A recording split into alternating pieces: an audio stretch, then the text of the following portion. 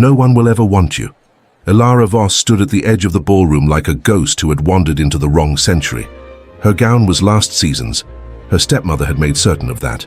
While Lady Cecily Voss dazzled in sapphire silk surrounded by admirers, Ilara wore ivory muslin that had been altered twice to hide its age. She had not been introduced to a single soul all evening. That was not an accident. "Look at her," Lady Cecily murmured to the women beside her. Loud enough, deliberately loud enough, for Ilara to hear. "My poor stepdaughter. So plain. So forgettable. No title. No dowry worth speaking of. No grace." The women tittered behind their fans. Lady Cecily smiled.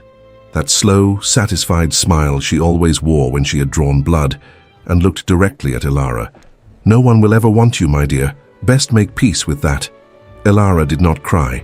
She had learned long ago that tears only delighted her stepmother, so instead she lifted her chin, barely, almost nothing, and turned toward the tall windows at the far end of the room. She would not give her that. Outside, London was dark and cold, and she pressed one gloved hand against the glass and thought about her father, about the man who had loved her before Lady Cecily had entered their house and remade it in her own cruel image. He had been gone 2 years now, 2 years of this. Just survive the season, she told herself. Just survive it. Then you will find a way out. She did not know that. The way out was already walking through the door behind her. The ballroom went quiet the moment he crossed the threshold. Not slowly, not gradually, all at once, as if every person in the room had drawn breath and forgotten to release it. William Ashford, Duke of Ravenscroft, the most feared man in England. He had not attended a ball in 3 years, not since the rumours began. Whispers of a ruined engagement, a scandal sealed behind closed doors, a man who had become something colder than society could comfortably name. He was tall, dark-haired, the kind of handsome that felt like a warning. His eyes swept the room, bored, assessing, dismissive, and then they stopped.